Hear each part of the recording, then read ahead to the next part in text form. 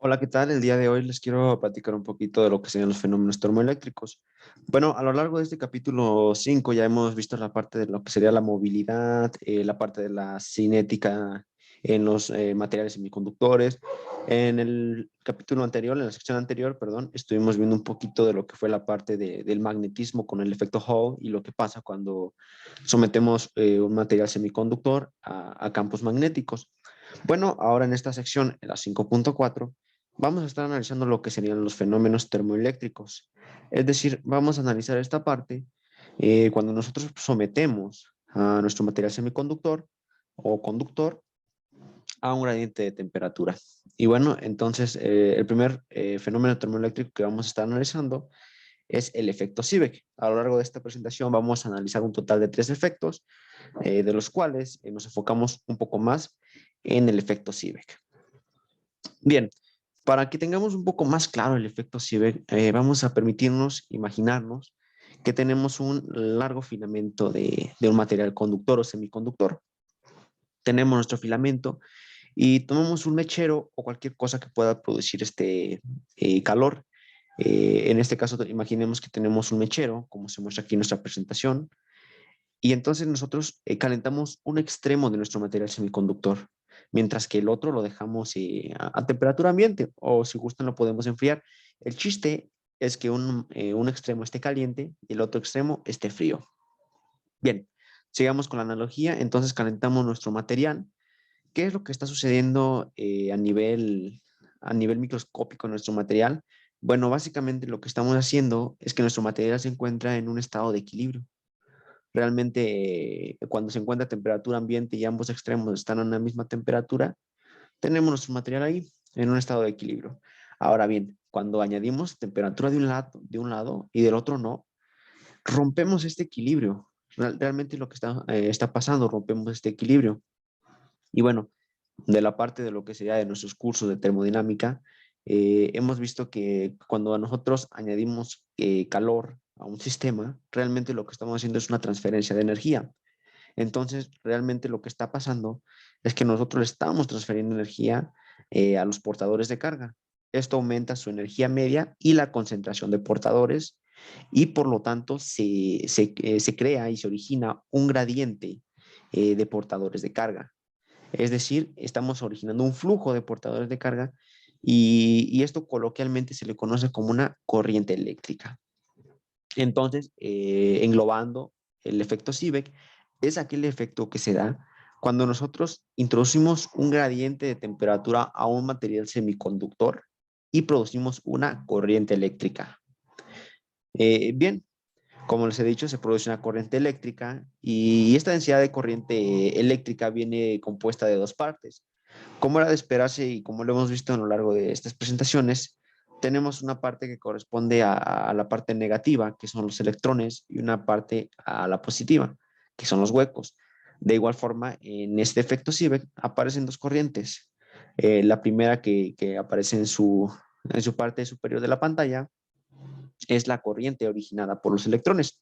Nos podemos percatar también de esto porque aquí aparece un signo negativo que nos indican que básicamente ahí estamos tratando con una carga negativa. Y bueno, no está de más decir que aquí aparece la letra E, que significa pues la carga del electrón. Mientras que bueno, para la parte hueca se tiene la siguiente expresión, que bueno, estas dos expresiones, como podemos ver, entre las variables que juegan aquí, encontramos lo que sería el potencial termoquímico y un gradiente de temperatura, que básicamente en lo que nos estamos enfocando ahora, ¿no? En cómo el material interacciona ante un gradiente de temperatura. Bien, pues entonces, como hemos dicho, tenemos una densidad de corriente eléctrica para la parte de los electrones y para la parte de los huecos. Y bien, de nuestros cursos de electrodinámica clásica, sabemos que básicamente la densidad de corriente total de un sistema se compone por las densidades de corrientes individuales. En este caso, podemos encontrar la densidad de corriente total de nuestro sistema cuando efectuamos la suma de estas corrientes, que básicamente pues, es la ecuación que se me está mostrando aquí en pantalla. Y básicamente, bueno, aquí tenemos nuestra densidad de corriente total, que lo interesante de esto es que nuestra densidad de corriente total depende de las movilidades de los portadores de carga.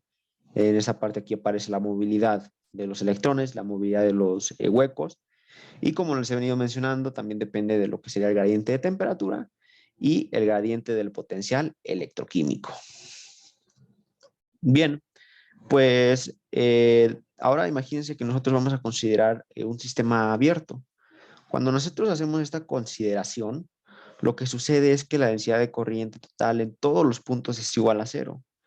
Y esto se debe a que aparece un campo eléctrico que genera una corriente tal que compensa el flujo de los portadores debido al gradiente de temperatura. Bueno, para que nos imaginemos mejor este aspecto, como nuestros portadores se van a estar moviendo, se van a estar separando.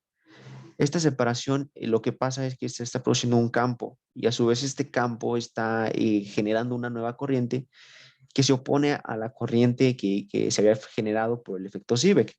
Entonces, básicamente, imagínenselo así, tenemos una corriente que viene y una corriente que se opone, y pues básicamente nos genera que la corriente sea cero a lo largo de todo nuestro material.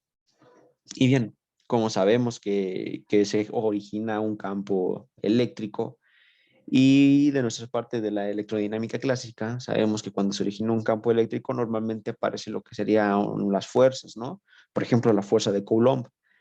Y bueno, no es la excepción para este campo. Aquí aparece una fuerza que se denomina la fuerza termoelectromotriz. Y bueno, cuando esta fuerza es referida respecto a la diferencia por unidad de temperatura, se denomina fuerza termoelectromotriz diferencial y se denota por la letra griega alfa. Aquí lo que cabe resaltar es que para que nosotros podamos obtener esta fuerza termoelectromotriz es necesario igualar la corriente a cero, porque esto nos garantiza que nuestro sistema sea uno abierto. Y pues bueno, como les he mencionado, para obtener esta fuerza termoelectromotriz es necesario igualar la corriente a cero.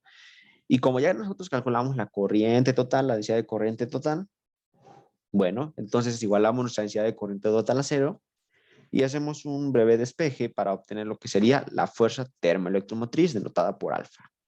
En donde, bueno, esta fuerza termoelectromotriz se compone de una parte, igualmente, de una parte de los portadores de carga negativos y positivos, es decir, los electrones y los huecos, y de nueva instancia aparecen lo que serían sus movilidades.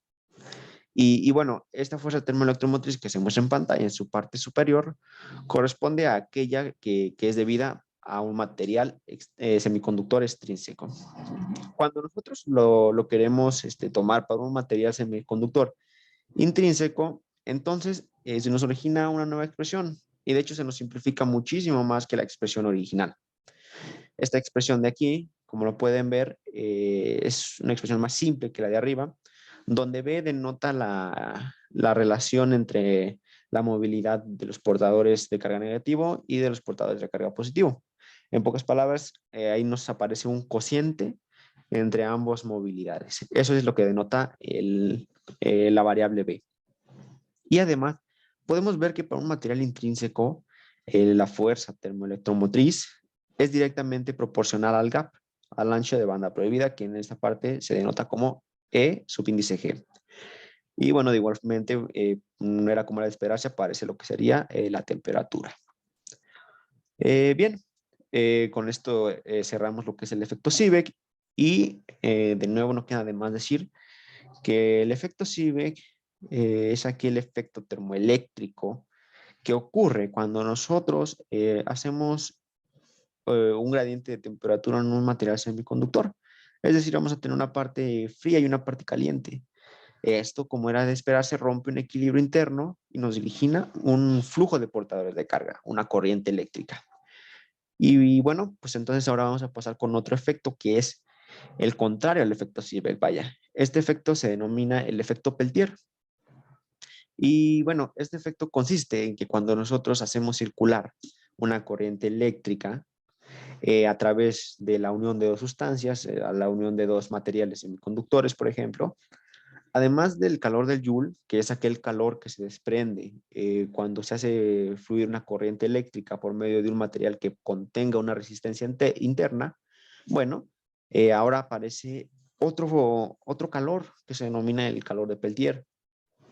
Y este es un calor muy interesante. Bueno, se los digo así porque lo que realmente pasa en nuestro dispositivo es que nosotros hacemos fluir una corriente eléctrica y vamos a originar dos partes, como imaginémoslo así como dos polos, ¿no? Uno caliente y uno frío. Es decir, uno que absorbe calor y otro que emite calor. Es como lo pueden ver contrario al efecto Seebeck, donde teníamos al inicio dos polos y nos originaba una corriente. No, ahora tenemos una corriente y nos origina dos polos. Este efecto es muy peculiar y muy llamativo hoy en día porque se utiliza para enfriar distintos componentes electrónicos. Como ustedes sabrán, nuestras computadoras, celulares, etcétera, realmente tienen muchísimos componentes electrónicos en su interior que por el efecto Joule, como aquí se explica, tienden a desprender calor y este calor es muy dañino para los componentes electrónicos.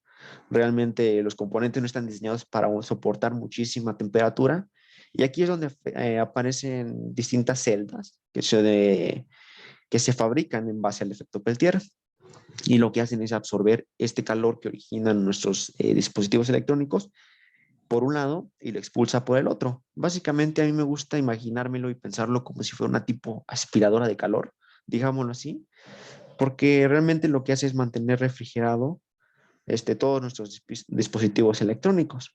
Y bueno, el efecto Peltier, bueno, o el calor que absorbe o emite, viene dado por la siguiente expresión, donde QP denota el calor de Peltier y podemos ver que este es directamente proporcional a la densidad de corriente J por el tiempo T. Y bueno, aparece aquí la variable pi mayúscula que denota lo que sería el coeficiente de Peltier, que es independiente o es una propiedad, vaya, de cada material.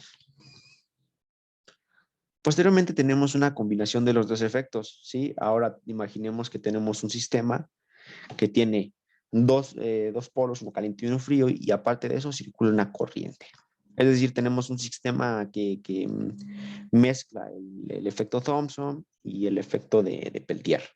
Perdón, que mezcla el efecto Seebeck y el efecto de Peltier y nos da paso a un nuevo efecto que se denomina el efecto Thomson. Bueno, esto nos dice que si a lo largo de un conductor homogéneo ya existe un gradiente de temperatura y hacemos circular por él una corriente por el volumen del material, entonces se absorbe o desprende el calor de Thomson. Y bueno, básicamente el calor de Thomson se denota por la variable Q subíndice T, y este es directamente proporcional a la corriente I por el tiempo, por la integral desde una temperatura T hasta una temperatura T1 de T, donde aparece aquí un tau de T, que ese tau de T básicamente es el coeficiente de Thomson y vuelve a ser una propiedad de cada material. Y bien, se dice que tenemos un efecto Thomson positivo cuando el sistema expulsa el calor o genera el calor hacia el ambiente. Y se dice que tenemos un efecto Thomson negativo cuando el sistema absorbe el calor del ambiente. Y pues como pueden ver aquí, básicamente se invierten las direcciones de la corriente, ¿no? En cada sistema. Y bueno, ahí está como que la diferencia de cada efecto, ¿no? Y bueno, a grandes rasgos, ya hemos visto lo que sean los fenómenos termoeléctricos y podemos ver que aparecen tres: el Seebeck, Peltier, Thomson. Seebeck, por medio de gradiente, produzco corriente. Thomson, por medio de corriente, produzco un gradiente de temperatura. Y efecto Thomson, combino los dos efectos anteriores y puedo generar o absorber calor.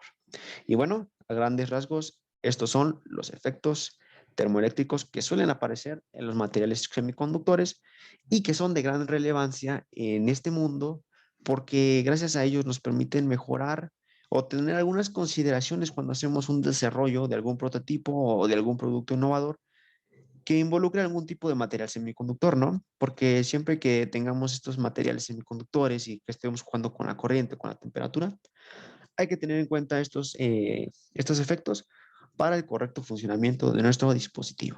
Entonces, bueno, esto fue la sección 5.4, materiales semiconductores con efectos termoeléctricos. Muchas gracias por su atención.